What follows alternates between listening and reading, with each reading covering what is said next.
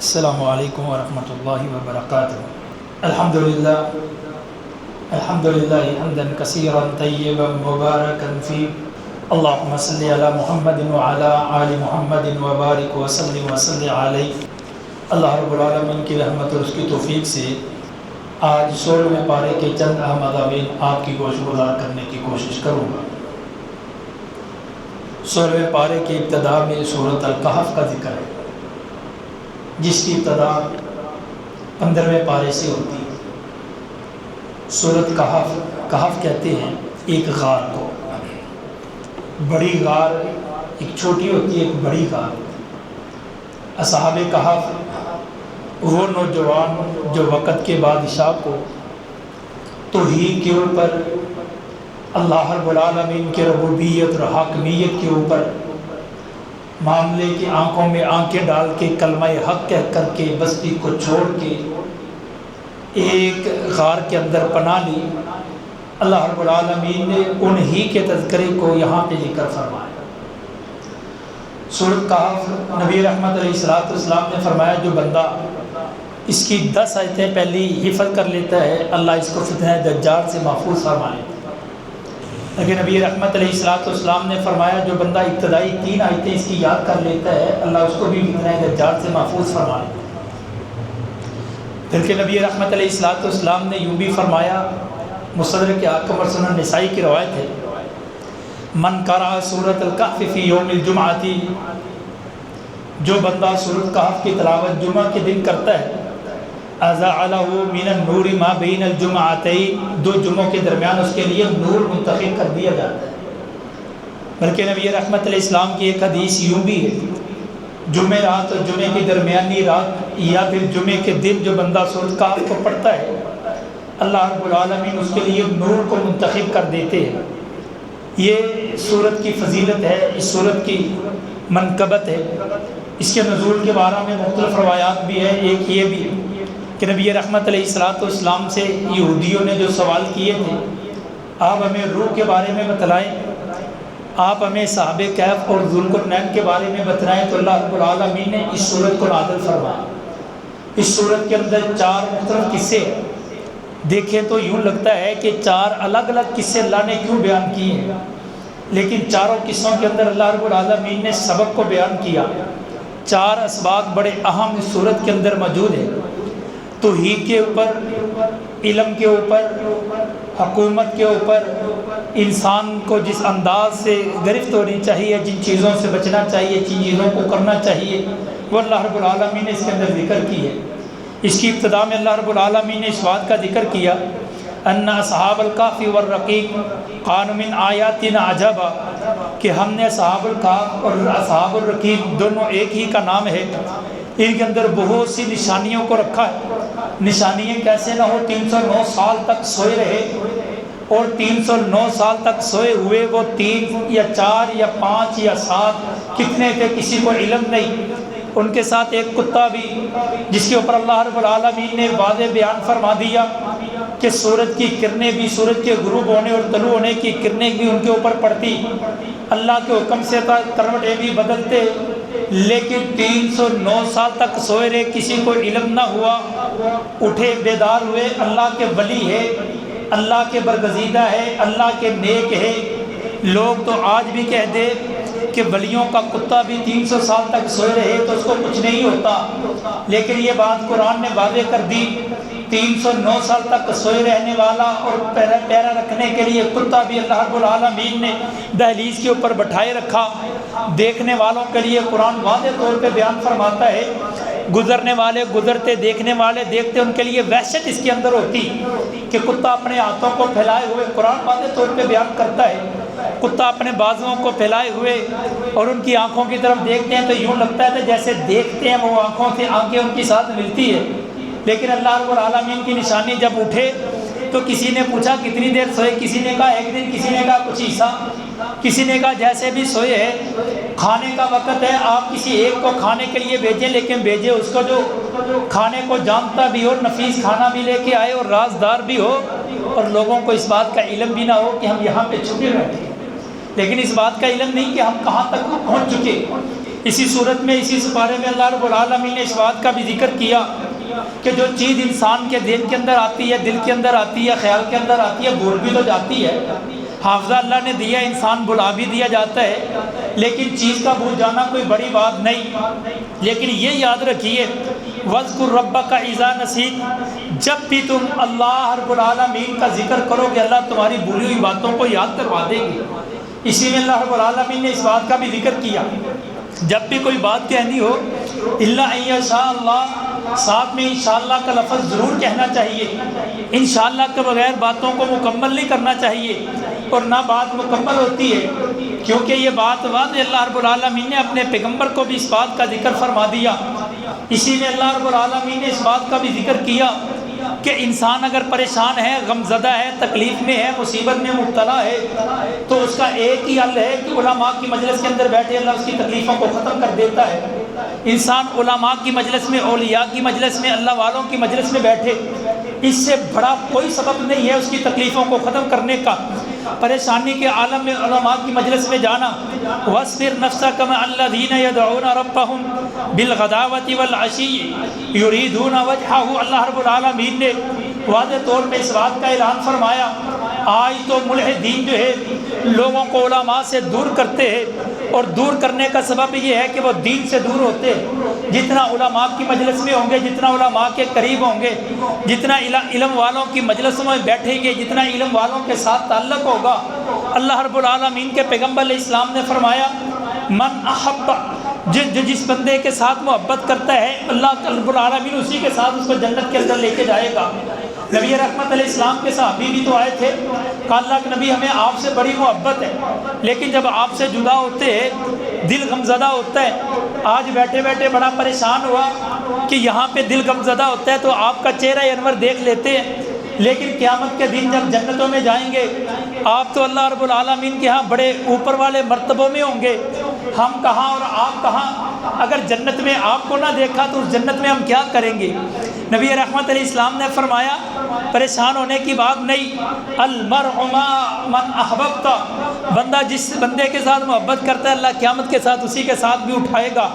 اسی صورت میں اللہ رب العالمین نے شداد کا بھی ذکر کیا، جس کو جگیرے بھی ملے، جس کو مال و دولت بھی ملا، جو قوم موسیٰ میں سے تھا، موسیٰ علیہ السلام کے ساتھی دیکھ کر کے مال و متاع والا آدمی کو دیکھتے کہ جس کے خزانے کی چابیاں ایک جماعت اٹھائی جاتی، اٹھا کر کے لے کے جاتی، اور لوگ کہتے یار اصل تو یہ زندگی ہے، اصل تو یہ لوگ ہیں جن کے پاس مال و متاع بھی ہے، دنیا کی ہر نعمت بھی ہے، خزانہ اتنا کہ خزانے کی چابیاں اٹھانے کے لیے ایک بڑی جماعت، ایک اونٹوں کا قافلہ جس کے اوپر لادی ہوئی خزانے کی چابیاں۔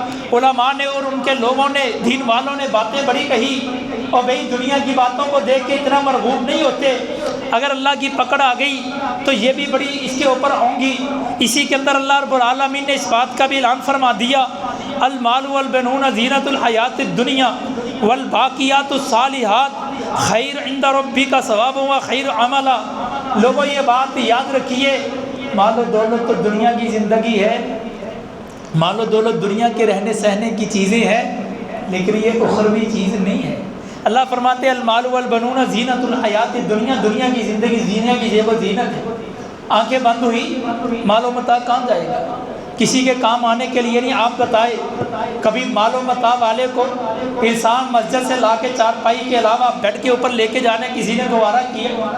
یا کسی کو اس شان و شوکت کے ساتھ کہ یہ بڑا مالدار ہے، اس کی قبر کو الگ سے تعمیر کیا جائے یا اس کی قبر کو الگ سے بنایا جائے، اس کی قبر کے اندر اے سی کا انتظام کیا جائے؟ کچھ بھی نہیں۔ اللہ فرماتے ہیں یہ دنیا کی ہے، ورنہ ہم نے اپنی آنکھوں سے دیکھے، کانوں سے سنے، کئی واقعات ہمارے ساتھ ہمارے سامنے پیش آئے۔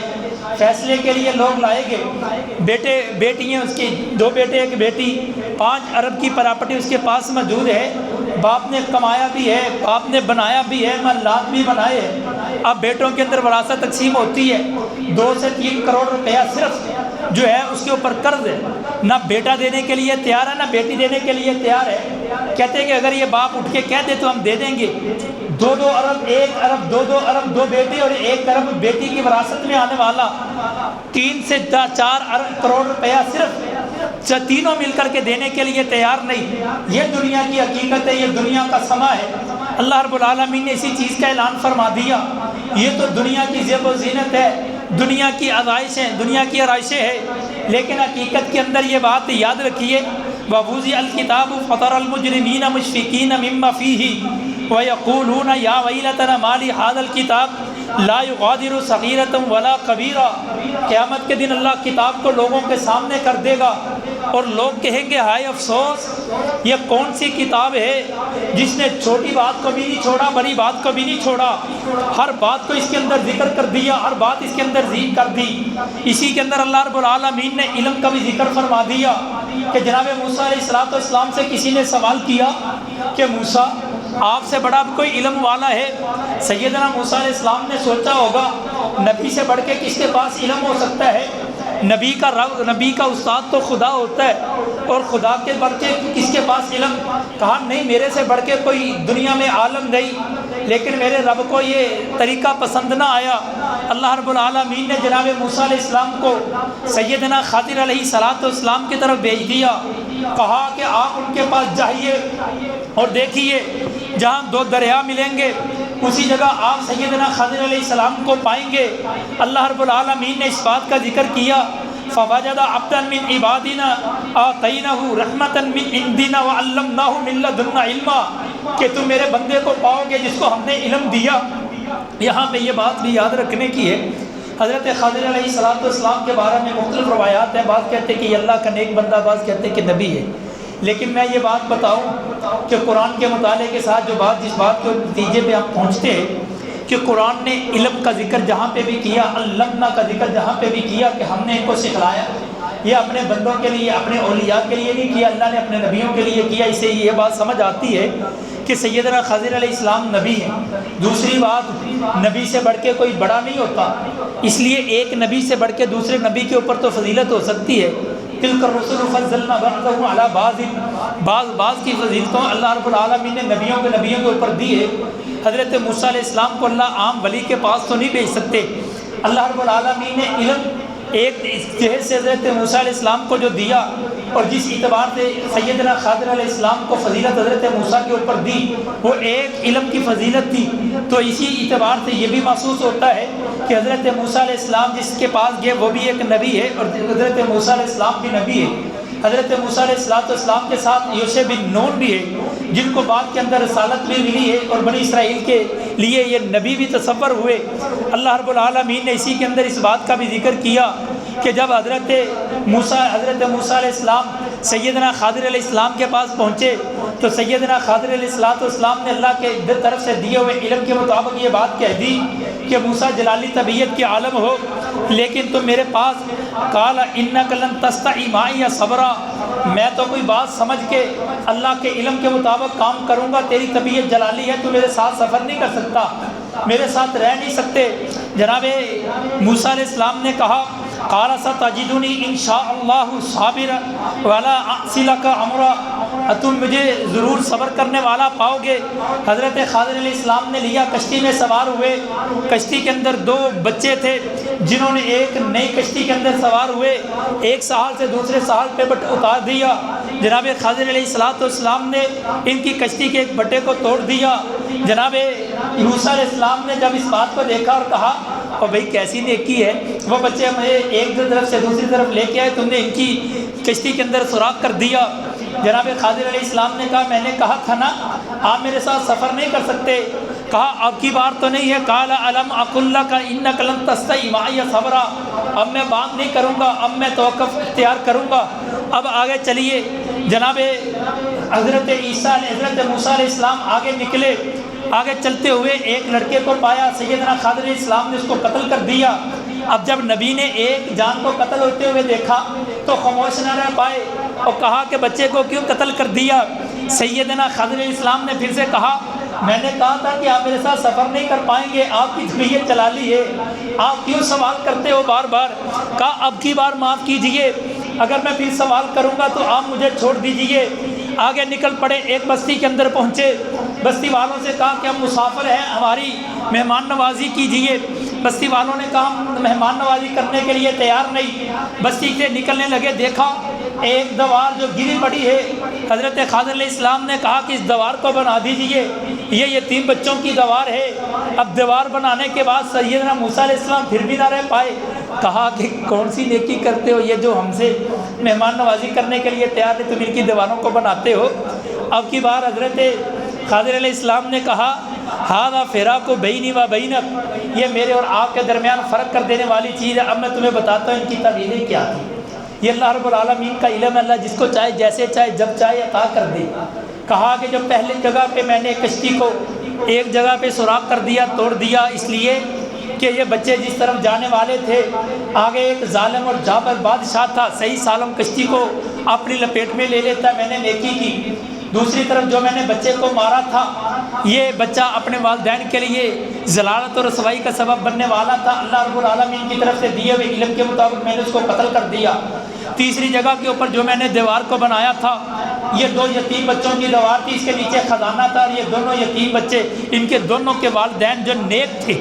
اسی سے یہ بات بھی ثابت ہوتی ہے، والدین نیک ہو تو اللہ رب العالمین اولاد کی حفاظت کرتے، والدین نیک ہو تو اللہ نبیوں کو بھی منتخب کر دیتے ہیں ان کی دیواریں بنانے کے لیے، ان کی مال کی حفاظت کے لیے۔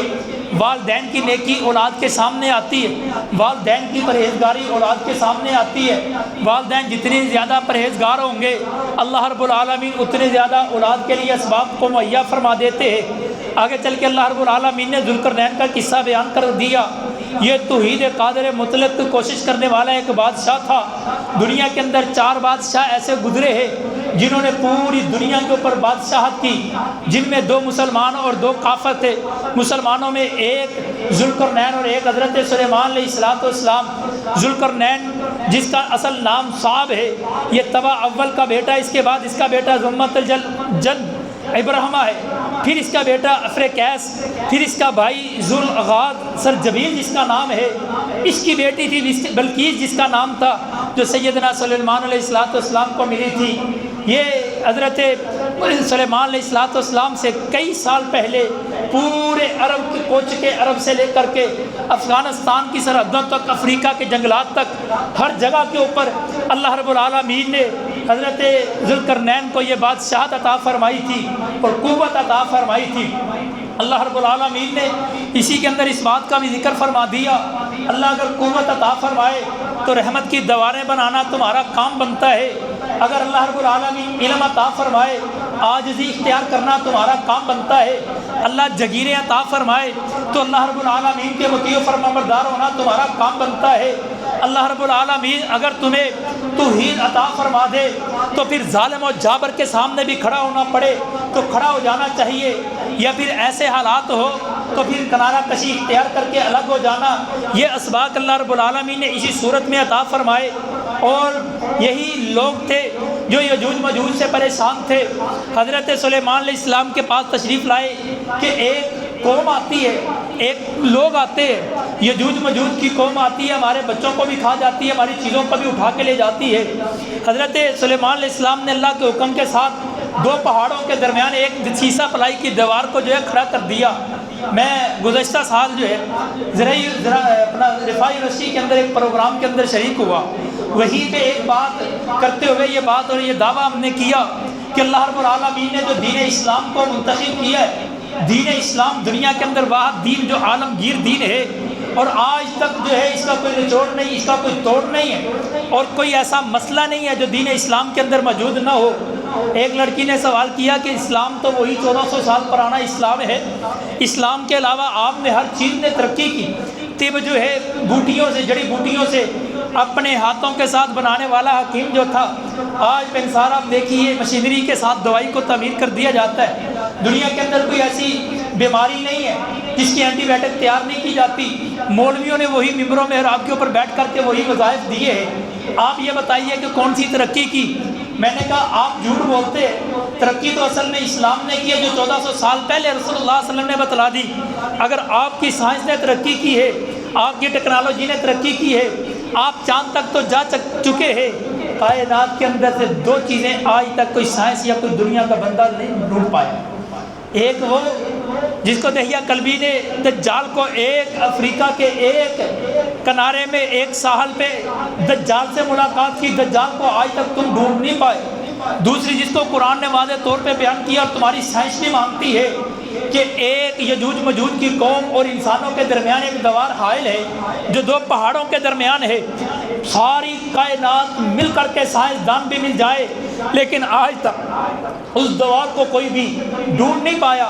یہ میرے رب کا علم ہے اور یہی اسلام کی ترقی ہے. اسی میں اللہ رب العالمین نے اس بات کا بھی اعلان فرما دیا قُلْ هَلْ نُنَبِّئُكُمْ بِالْأَخْسَرِينَ أَعْمَالًا. اللہ فرماتے ہیں ہم قیامت کے دن کچھ ایسے لوگوں کو بھی متنبع کریں گے جو عمل کر کر کے تو تھک چکے ہوں گے. الَّذِينَ ضَلَّ سَعْيُهُمْ فِي الْحَيَاةِ الدُّنْيَا وَهُمْ يَحْسَبُونَ أَنَّهُمْ يُحْسِنُونَ صُنْعًا. جس کا قرآن نے دوسری جگہ پہ یوں بھی ذکر فرمایا عاملۃ ناصبہ تصلیٰ نارا حامیہ. اللہ ہم سب کو محفوظ فرمائے. اللہ ہمیں جو عبادت کرتے ہیں اللہ نبی کی سنت کے مطابق کرنے کی اللہ ہمیں توفیق عطا فرمائے. ورنہ نبی رحمت علیہ السلام نے فرمایا کچھ ایسے بھی لوگ آئیں گے پہاڑوں کی طرح نیکیاں ان کے پاس موجود ہوں گی ہوا منصورہ کر دی جائیں گی. یا کچھ ایسے بھی لوگ آئیں گے چہرے تو ان کے چمکتے ہوں گے جیسے ہی وہ میرے سامنے میرے حوض کی طرف آئیں گے درمیان کے اندر پردہ حائل کر دیا جائے گا. میں جبریل امین سے پوچھوں گا ان کو کیوں روک دیا گیا, یہ تو میری امت ہے. فرمائیں گے پیغمبر آپ نہیں جانتے آپ کے بعد آپ کے دین کو بدلنے والے بدعات کا ایجادات کرنے والے تھے, آپ کے دین کا چہرہ مسخ کر دینے والے. نبی رحمت علیہ السلام فرمائیں گے سحقن سحقن ان کو مجھ سے دور کر دیا جائے دور کر دیا جائے. اسی کے ساتھ اللہ رب العالمین نے اس سورت کے آخر پہ اس بات کا بھی اعلان فرما دیا قل انما انا بشر مثلکم یوحا الی انما الہکم الہ واحد. لوگوں یہ بات یاد رکھیے میں تمہارے جیسا بشر ہوں. میرے اور آپ کے اندر فرق یہ ہے مجھے میرے رب نے رسالت کے لیے چن لیا. آپ میرے مطیع و فرما بردار ہے. میں اپنے رب کا برگزیدہ بندہ بن گیا. میرے اوپر اللہ رب العالمین نے وحی کو نازل کیا اور وحی نازل ہوتی ہے میں ساری کی ساری تمہارے تک پہنچا دیا جاتا ہوں. کوئی ایسی بات نہیں ہے دین کے اندر جو اللہ رب العالمین نے مجھے دی ہو میں نے آپ تک نہ پہنچائی ہو. اسی سپارے میں دوسری سورت مریم ہے جس کی ابتدا میں اللہ رب العالمین نے اس کا ذکر کیا یا زکریا انا نبشرک بغلام اسمہ یحییٰ لم نجعل لہ من قبل سمیہ. اللہ رب العالمین نے سیدنا زکریا علیہ السلام کا تذکرہ کرتے ہوئے جس کا کچھ تذکرہ ہم نے سورت آل عمران کے اندر بھی کیا تھا. جناب زکریا علیہ السلام نے جب اپنے رب سے دعا کی اللہ بے موسم پھل دے سکتا ہے بے موسمی اولاد کیوں نہیں. کھڑے کھڑے اللہ رب العالمین نے اس بات کا اعلان فرما دیا اے زکریا میں نے آپ کو ایک بیٹے کی بشارت دی. بیٹے کا نام جو ہے یحییٰ ہوگا. اس سے پہلے کسی کو یحییٰ بیٹا نہیں دیا. اب پریشان بھی ہوئے اللہ میں بوڑھا ہے بیوی بھی بوڑھی اور عجوز ہو چکی ہے بانج ہو چکی ہے. لیکن اللہ رب العالمین کی یہ کرم نوازی اللہ رب العالمین کی قدرت. اسی میں اللہ رب العالمین نے جناب عیسیٰ علیہ السلام کی ولادت و شہادت کا بھی ذکر فرما دیا کہ جناب مریم سلام اللہ علیہ اپنے حجرے کے اندر ایک دن ایک آدمی کو پایا. قالت انی اعوذ بالرحمن منک ان کنت تقیا قال انما انا رسول ربک لاہب لک غلاما زکیا. آدمی کو دیکھ کر کے جلدی سے مریم سلام اللہ علیہ نے اپنی زبان حال سے کہا اور میں رب کی پناہ چاہتی ہوں تو کون ہے یہاں پہ. کہا پریشان نہ ہوئیے میں اللہ کی طرف سے بھیجا ہوا ہوں آپ کے لیے بیٹے کی بشارت لے کے آیا ہوں. قالت انا یکون لی غلام ولم یمسسنی بشر لم اکو بغیا. میرا بیٹا کیسے ہوگا آج تک نہ کسی بشر نے مجھے چھوا نہ کسی نے ہاتھ لگایا نہ میں نے بدکاری کی نہ میں نے بے حیائی کی. کیسے ہوگا. جناب جبریل امین نے کہا یہ تو اللہ رب العالمین کا کلمہ ہے آپ کی طرف ڈال دیا جائے گا. وہ کن فیکون کا مالک ہے. جناب مریم سلام اللہ علیہ جب بچے کی ولادت ہوئی اللہ رب العالمین نے کھجوروں کی طرف کھجوروں کے تنے کی طرف رہنمائی فرمائی. یہی وجہ ہے کہ آج بھی جب عورت کو اس معاملے کے اندر ہو تر کھجوریں اس کے لیے مفید ہوتی ہے. بچے کی ولادت کے بعد جناب مریم سلام اللہ علیہ نے اپنی زبان حال سے الفاظ کہے قالت یا لیتنی مت قبل ھذا وکنت نسیا منسیا. ہائے افسوس اس دن سے پہلے میں ختم کیوں نہ ہو گئی. کس منہ کے ساتھ میں بستی والوں کے پاس جاؤں گی. لیکن ساتھ ہی کہہ دی انی نذرت للرحمن صوما ولن اکلم اليوم انسیا. آج کے دن میں روزہ رکھتی ہوں. اور روزہ کس چیز کا؟ خاموشی کا روزہ رکھتا ہوں. اس سے پہلے پہلی شریعتوں کے اندر خاموشی کا بھی روزہ تھا، ہماری شریعت کے اندر خاموشی کا روزہ نہیں ہے۔ اللہ رب العالمین نے فرمایا مریم خاموشی کا روزہ رکھ لے اور تو جائے گی، میں تیرے بیٹے کو جو 1 دن کا 2 دن کا یا 4 دن کا ہے میں نے بولنے کی قوت عطا فرما دوں گا۔ مریم سلام اللہ علیہ نے اپنے ہاتھوں پہ اٹھائے ہوئے اور جلدی سے بستی کی طرف گئی۔ بستی والوں نے دیکھا اور کہا مریم بیٹے کو اٹھائے ہوئے، وہی آتے جو سیدنا جعفر رضی اللہ تعالیٰ عنہ نے نجاشی کے دربار میں پڑھی تھی۔ کہا یا اخت ہارون ما کان ابوک امرأ سوء وما کانت امک بغیہ، اے مریم یہ کون سا چاند چڑھا کے آئی ہو؟ نہ تیرا باپ ایسا، نہ تیرا بھائی ایسا، نہ تیرا قبیلہ ایسا، نہ تیرا خاندان ایسا، نیکوکار خاندان سے تیری تو شادی نہیں ہوئی، بچے کو اٹھا کے لے کے آئی۔ فاشارت الی، جناب مریم نے بچے کی طرف اشارہ کیا، میں تو بول نہیں سکتی، میں نے تو رب کے لیے نظر مانی ہوئی ہے، میں تو زبان کو بند کیے ہوئے۔ قوم نے کہا قالوا کیف نکلم من کان فی المہد صبیا، اے مریم ایک تو چوری کرتی ہو، اوپر سے سینہ زوری بھی کرتی ہو، ایک تو گناہ کرتی ہو اور اوپر سے ایک چور، اور اوپر سے پھر یہ باتیں بھی بناتی اور کہتی ہو، کیسے کسی بچے نے کلام کیا، کیسے گود کے اندر بچہ بول سکتا ہے؟ حضرت عیسیٰ علیہ السلام نے اپنی زبان حال سے الفاظ کہے تو کیا کہے؟ قال انی عبد اللہ آتانی الکتاب وجعلنی نبیا، اور لوگوں میری ماں کے اوپر کیچڑ اچھالنے والوں، میری ماں کی کردار کشی کرنے والوں، میری ماں کے اوپر تہمتیں لگانے والوں، الزام لگانے والوں، بات یاد رکھیے میں تو اللہ کا بیٹا ہوں۔ آتانی الکتاب وجعلنی نبیا، اللہ نے مجھے کتاب بھی عطا کی ہے، بچپن کے اندر ہے اللہ نے مجھے کتاب بھی عطا کی ہے، اللہ نے مجھے نبوت بھی عطا کی ہے۔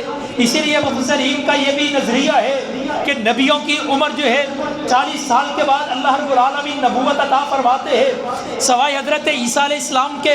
اللہ رب العالمین نے بچپن میں حضرت عیسیٰ علیہ السلام کو نبوت عطا فرمائی، ایسے ہی حضرت یحییٰ علیہ السلام کو بھی اللہ رب العالمین نے ولادت سے قبل ہی نبوت کا اعلان فرما دیا۔ اسی کے اندر اللہ رب العالمین نے جناب ابراہیم علیہ السلام کا بھی تذکرہ کیا، اسی میں اللہ رب العالمین نے سیدنا لوط علیہ السلام کا بھی ذکر کیا، جناب موسیٰ علیہ السلام کا بھی تذکرہ ہوا۔ اسی کے آخر میں اللہ رب العالمین نے اس بات کا اعلان فرما دیا کہ جناب عیسیٰ علیہ السلام کو اللہ رب العالمین نے بن باپ کے پیدا کیا۔ کہیں تمہارا یہ عقیدہ نہ بن جائے کہ بن باپ کے پیدا ہونے والا اس کا باپ رب ہوگا۔ اللہ فرماتے ہیں ان دعوا للرحمن ولدا وما ينبغي للرحمن ان يتخذ ولدا۔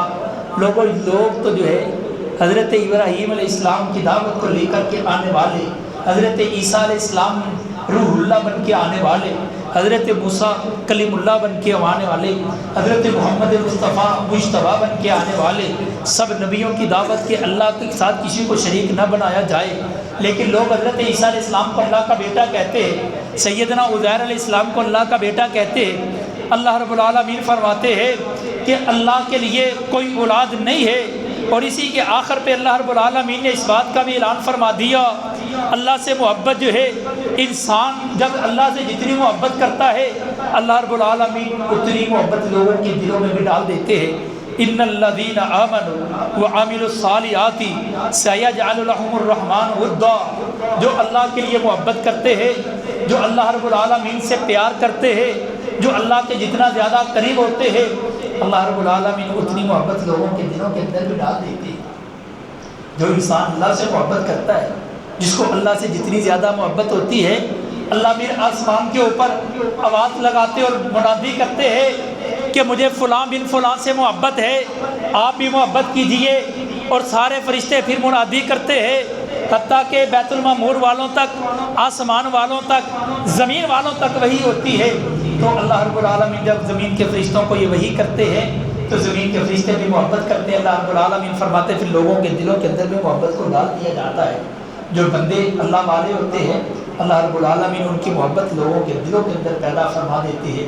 اللہ رب العالمین سے دعا ہے کہ اللہ رب العالمین مجھے اور آپ کو صحیح معنوں میں قرآن اور حدیث سمجھنے کی توفیق عطا فرمائے، پھر اسی کے اوپر عمل کرنے کی توفیق عطا فرمائے۔ وآخر دعوانا الحمدللہ رب العالمین۔